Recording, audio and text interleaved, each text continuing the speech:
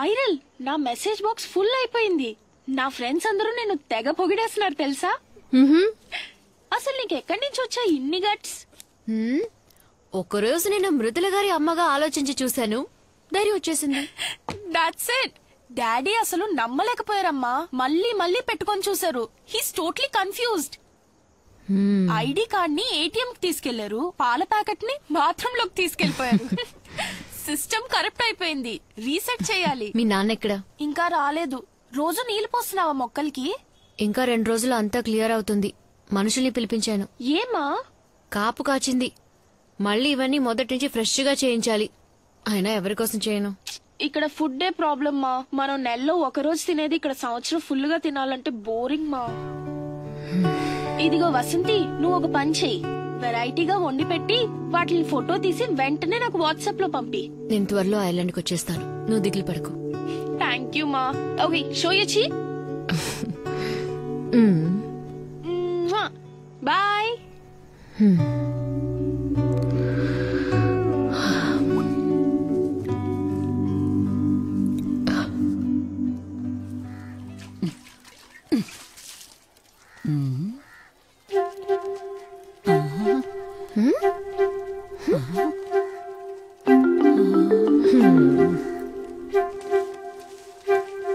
నిన్ను చూడ్డానికి వచ్చాను.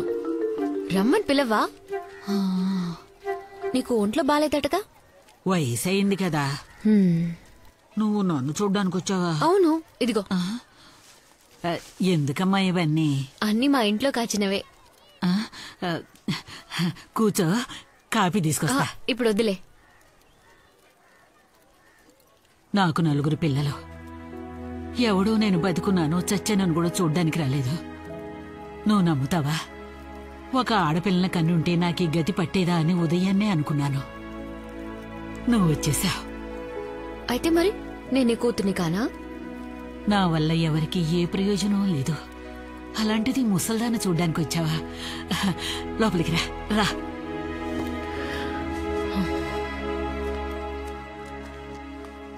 హాస్పిటల్కి వెళ్ళాలంటే చెప్పు, నేను వచ్చి నిన్ను తీసుకెళ్తాను. అలాంటిది ఏం వద్దులే, నేనెంచక్కా ఉన్నానుగా. మనుషులకి మనకంటూ ఒకరున్నారన్న నమ్మకం ఉండాలి, ఒక తోడుండాలి. ఆ ధైర్యంతోనే 100 ఏళ్లు బతికేయచ్చు.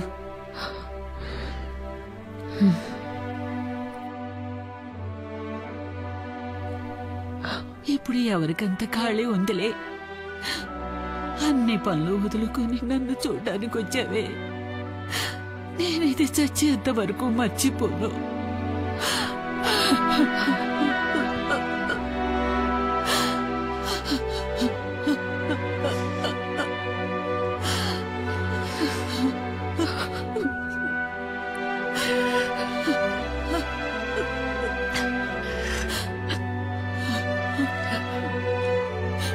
వస్తాను.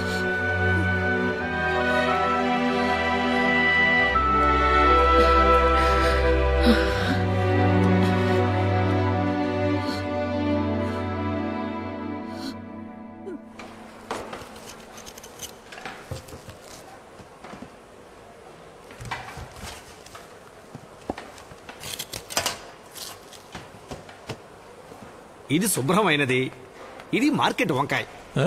లోపల పురుగులుంటే శుభ్రమైంది. ఆల్రెడీ పురుగుల మందుంటే పురుగులు లోపలికి ఎలా వస్తాయి?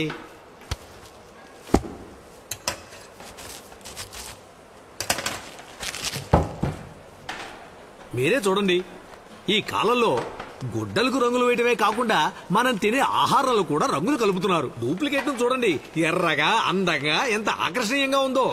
ఈ విషాన్నే ప్రజలు తింటున్నారన్నమాట. వేరే దారి. వీటితో వండితే ఎంత పెద్ద కుక్ అయినా రుచి రానే రాదు. ఈ తరం ఉందే, రుచికరమైన ఆహారం అంటే ఏమిటో దానికి అసలు తెలియనే తెలియదు. అదే నిజం కూడా. మీరు గనక ఇలాంటి కూరగాయలు ఇచ్చారంటే వెళ్లి వారంతా మన భోజనం గురించే మాట్లాడుకుంటారు. దానికి నేను గ్యారంటీ.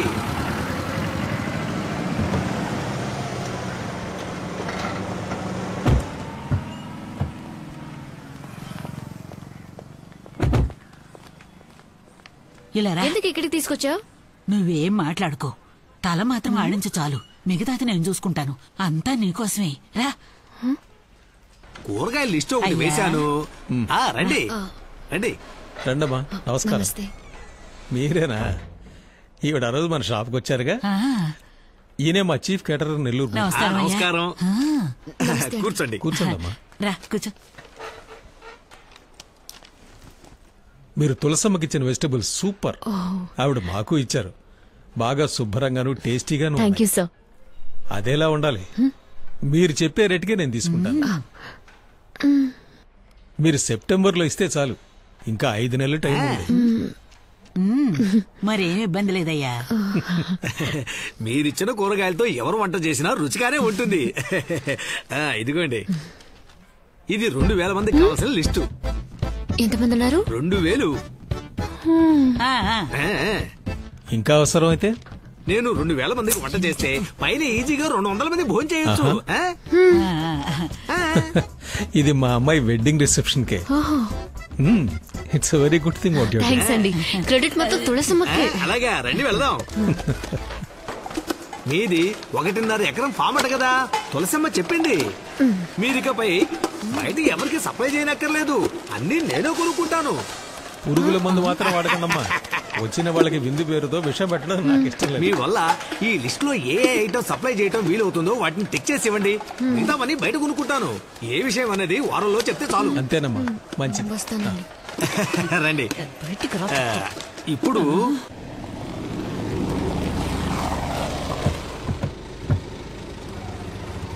ఎంత పొడుగు లిస్ట్ ఇచ్చాడు. సాయిరామట.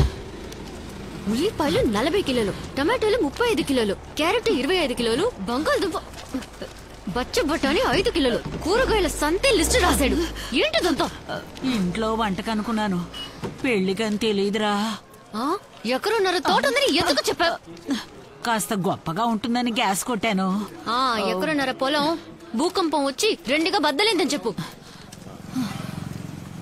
నా ఉద్యోగం పోతుందిరా. ఏదైనా నమ్మేలా చెప్పవా? నన్ను అడిగితే ఇరికించింది నువ్వే అనుభవించు. నువ్వు నా కూతుర్నన్నావు కదా. సరే, ఓ పని చేద్దాం. ఈ లిస్ట్ లో మీకు ఏది వీలవుతుందో అది టిక్ చేయండి. మిగతాది బయట కొనుక్కుంటానని చెప్పారు కదా. అవును. నేను ఓం సాయిరామ్ ని టిక్ చేస్తాను, నువ్వు మిగతా బయట కొనుక్కోమను. ఏంటి ప్రాబ్లం? ఇదిగో ఇదే ప్రాబ్లం. ఏంటిది? ఉల్లిపాయలు, టమోటాలు. రేయ్, ఇది ఒక ఆర్డర్ అన్నట్రా. నా కమిషన్ మర్చిపోకనా. వెళ్ళి పార్టీని తీసుకురారా.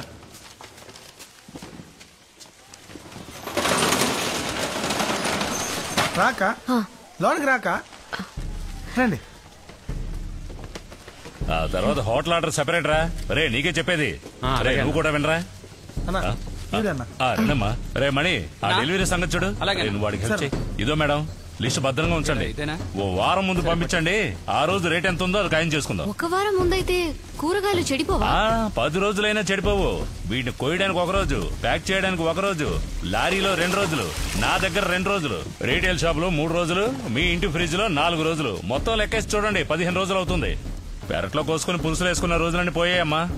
ఇవన్నీ చెడిపోకూడదనేగా ఇన్ని మందులు కొడుతున్నాం. అలా చూడండి, ఉల్లిపాయలు పాకిస్తాన్ నుంచి వచ్చాయి. కాయగానే ఉండాలి, పండు చెడిపోకుండా ఉండాలంటే కొన్ని జిత్తుమారి పనులు చేయక తప్పడం లేదు. కానీ వాళ్ళు మందులు చల్లని కూరగాయలే కదా కావాలన్నారు. అదేం పర్వాలేదవ్వా. ఆ టైంలో ఇదిగో ఇలా బురదలు ముంచి తీస్తే చాలు, తాజాగా కనపడతాయి. ఈగలు ముస్తరడానికి ఇదిగో ఈ స్ప్రే కొడితే చాలు, ఆర్గానిక్ గా మారిపోతాయి. మాకివే వద్దు. పురుగుల మందు కొట్టనివి లేవా? అవి మన దేశంలోనే లేవు సిస్టర్. విత్తనంలోనే మందు కలిపి అది పెరిగే వరకు 4-5 సార్లు మందు జల్లాలి. ఇంత విషాన్ని మింగితే తినేవాడు ఏమైపోవాలి? మనాళ్ళు విషాన్ని చూసి భయపడరు, ధరను చూసే భయపడతారు. ఇక్కడ పేదోడికంటూ ఓ టమోటా, డబ్బునోడికంటూ ఓ వంకాయ అనేది ఏం లేదు. అందరూ సమానమే, అందరూ వీటిని మింగాలి. అమ్మా, ఇక్కడున్న ఐటమ్స్ లో మీకేం కావాలో కబురు చేయండి, పంపిస్తాను. రేయ్, పులిగా కార్బెట్ వేయి, అన్ని సమంగా పండాలి. ఏంటి చెప్పింది అర్థమైందిగా? మృదులు వచ్చేసిందా? ఓ అలాగా, వచ్చాక ఒకసారి మాట్లాడించు. ఇదిగో వసంత్ వచ్చింది, ఒకసారి మాట్లాడమ్మా. హలో, నేను వర్క్ లో ఉన్నాను, 5 నిమిషాల తర్వాత మాట్లాడతాను. సరే.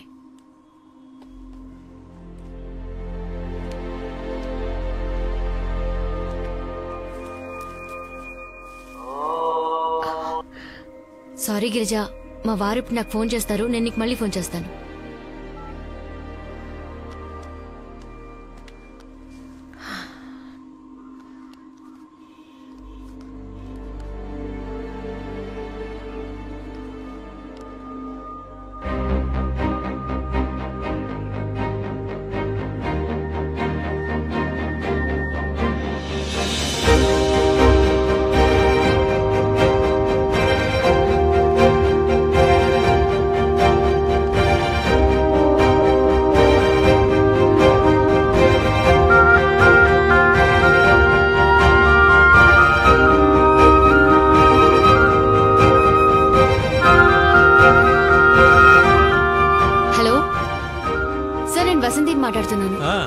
చెప్పండమ్మా. మీ ఆర్డర్ నేను తీసుకుంటాను. ఓ థ్యాంక్ యూ వెరీ గుడ్ అమ్మా.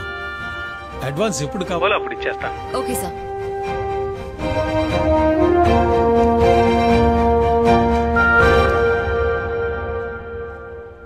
ఇది ఏ ఊరు వసంతి? నెదర్లాండ్. ఇలా ఇప్పుడు చాలా దేశాలు సక్సెస్ఫుల్ గా పండిస్తున్నారు. ఇవన్నీ మన ఊరికి వర్కౌట్ అవుతాయంటావా? అసలే రైతులు లాస్ అంటున్నారు, అందులోనూ మేడ మీద పెడితే ఎలా సక్సెస్ అవుతుంది? అదే కదా, మేడ మీద మందు కొట్టొచ్చు, పేకాడొచ్చు, అవన్నీ సక్సెస్ అవుతాయి. ఇదెలా? ఈ గ్రీన్ హౌస్ కి ఎంత ఖర్చు అవుతుంది? 20,000 దాకా ఖర్చు అవుతుంది. 10 ఇళ్ల మేడ మీద సెట్ చేస్తే 2,000 మందికి సరిపడే కాయగూరలు పండించొచ్చు. ఒక కోతకి, ఒక పెళ్లికి సరిపడేంత సప్లై చేయొచ్చు. ఇదే లెక్క. అదీ కాకుండా చాలా ఆరోగ్యకరమైన ఆర్గానిక్ కాయగూరలు మనము మన పిల్లలు తినొచ్చు. దీనికన్నా మటన్ లో స్ట్రెంత్ ఎక్కువ, అది కూడా ఆర్గానిక్. రోజు పేపర్ చదివితేనే ఆ పిల్ల మాటల్లో నిజమేమిటో తెలుస్తుంది. వితండవాదం చేయడం, ఎగతాళి చేయడం వల్లేరా ఈ దేశం బాగుపడడం లేదు. మనం ఇది చేద్దామా? తప్పకుండా మన పిల్లల కోసం చేద్దాం వసంతి. వసంతి, నాకు కొంచెం టైం కావాలి, చీటి డబ్బు రావాలి, ఆ తర్వాత చెప్తానమ్మా. అవును వసంతి, కొంచెం టైం ఇవ్వు, నగలు తాకట్టు పెట్టైనా చేద్దాం. వస్తాం.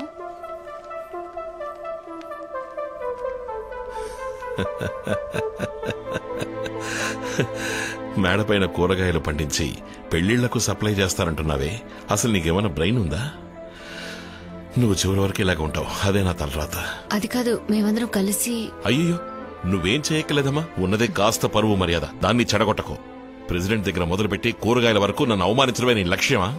ఇప్పుడు చెప్తున్నాను, నువ్వేం చేసినా అది బాగుపడదు. చేతిలో గవర్నమెంట్ ఉద్యోగం ఉంది, రిటైర్ అయ్యేంత వరకు ఒళ్ళు దగ్గర పెట్టుకుని అది చేయి చాలు.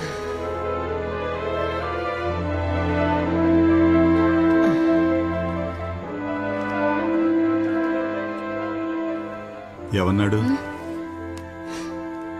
కష్టపడకు, ఉద్యోగం చేయి చాలు, రెస్ట్ తీసుకోమంటున్నారు. మావయ్య నా పేరు మీద లోన్ తీసుకోవాలి. Sugar okay, liver function okay, cholesterol ఉంది, పరిగెత్తాలి. ఊరు వదిలి పారిపోవడానికా? మీ మేడ మీద ప్రాజెక్ట్ ఏమైంది? యాజ్ యూజువల్, ఈ మగాళ్ల ప్రాబ్లం వాళ్లకున్న ఈగో, సుపీరియారిటీ. ఆడవాళ్ళు కొంచెం ఓకే, కానీ వాళ్ళ ప్రాబ్లం డబ్బులు. పోనీ నేను లోన్ తీసుకుంటే డైలీ 4 కిలోమీటర్లు నడిస్తే, కొలెస్ట్రాల్ తగ్గించేస్తే 2 వారాల్లో మీ లోన్ కి నేను గ్యారంటీ ఇస్తాను. వినడానికి బానే ఉంది. ఇన్సూరెన్స్ లోన్ అంటే 40 ఏళ్లు దాటిన వాళ్ళనే మెడికల్ ఫిట్నెస్ సర్టిఫికేట్ ఇమ్మంటారు. మరి ప్రాబ్లం ఏంటి? మీకు బీపీ ఉందన్న విషయం పేపర్లోనే వచ్చేసిందిగా. అయితే మనకి మీడియా సపోర్ట్ ఉందంటావు. తోడబుట్టిన వాళ్ళు ఎవరూ లేరన్న కొరత నాకు లేదు. I'm Born with pain. నేను బాధలతో పుట్టంజయ్యా. ప్రసవానికి మించిన వేదన ఉండదంటారు. అంతకు మించిన పెయిన్ ఉందంటే అది తన భర్త తనని అవమానించినప్పుడే. నేను అది దాటేశాను. కష్టాలు నాకేం కొత్త కాదు. నడుస్తాను, కుదరకపోతే పరిగెడతాను.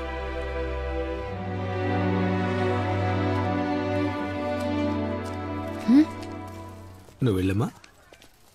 నేను 40 ఏళ్ల పాటు టీచర్ ఉద్యోగం చేసిన వాడినేనమ్మా. ఏ ఒక్కరోజు కూడా ఆహార పదార్థాల గురించి, జీవితం గురించి కనీసం ఒక్క విద్యార్థి కూడా నేర్పించిందే లేదు. అన్నిటినీ విమర్శించటమే తెలివి అనుకుని మా తరమే నాశనమైపోయింది. కాని అందుకు ప్రాయశ్చిత్తంగా నేనే ఇంటింటికి వెళ్లి నువ్వు చెప్పిన దాంట్లో ఉన్న వాస్తవాన్ని వివరంగా చెప్పొస్తాను. అందువల్ల నువ్వు దేనికి దిగులు పడకు, ధైర్యంగా చెయ్యి. నీకు తోడుగా మేమంతా ఉన్నాం.